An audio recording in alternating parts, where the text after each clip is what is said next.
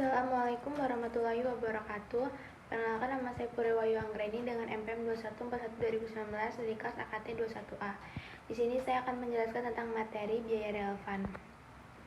Biaya relevan adalah konsep kunci dalam teori pengambilan keputusan. Ini mengacu pada biaya yang sebenarnya mempengaruhi keputusan tertentu, baik karena biaya tersebut akan berubah sebagai hasil dari keputusan tersebut, atau karena keputusan tersebut mempengaruhi penggunaan sumber daya yang terlibat. Dalam mata kuliah teori pengambilan keputusan, konsep biaya relevan berperan penting dalam membantu memilih alternatif yang paling menguntungkan. Secara ekonomi, berikut adalah penjelasan lebih rinci tentang biaya relevan. 1. Pengaruh pada keputusan. Biaya relevan adalah biaya yang secara langsung terpengaruh oleh keputusan yang akan diambil. Ini berarti bahwa jika suatu biaya tidak akan berubah sehubung dengan alternatif keputusan yang sedang dipertimbangkan, maka biaya tersebut bukanlah biaya relevan.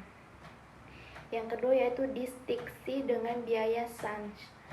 Biaya yang sudah terjadi dan tidak dapat diubah oleh keputusan yang akan datang disebut sebagai biaya sans. Dalam teori pengambilan keputusan, biaya sans dianggap tidak relevan karena tidak dapat mempengaruhi masa depan dan keputusan yang akan diambil. Yang ketiga yaitu penting dalam perencanaan masa depan. Biaya relevan adalah fokus pada perencanaan ke depan.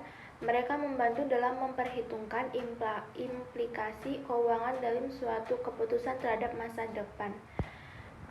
Keempat yaitu contoh biaya relevan. Misalnya jika sebuah perusahaan mempertimbangkan apakah akan memproduksi barang tertentu atau membelinya dari pemasok eksternal, biaya produksi internal atau bahan baku, tenaga kerja, overhead adalah biaya relevan. Namun biaya penelitian dan mengembangkan yang sudah terjadi untuk mengembangkan produk tersebut atau biaya sans mungkin tidak relevan. Yang kelima yaitu menghindari pengambilan keputusan yang bias. Memahami biaya relevan membantu dalam menghindari bias dalam pengambilan keputusan. Kadang-kadang orang cenderung terjebak dalam mempertimbangkan biaya sans yang sebenarnya tidak mempengaruhi pada keputusan di masa depan. Yang keenam yaitu penting dalam analisis investasi. Dalam konteks investasi, biaya relevan sangat membantu. Ini termasuk biaya investasi, biaya operasional, dan penghasilan yang diharapkan dari investasi tersebut. Tahap identifikasi biaya relevan. Mengumpulkan semua biaya yang akan terjadi yang berkaitan dengan setiap alternatif yang akan dipertimbangkan. Memisahkan biaya masa lalu atau merupakan sunk cost.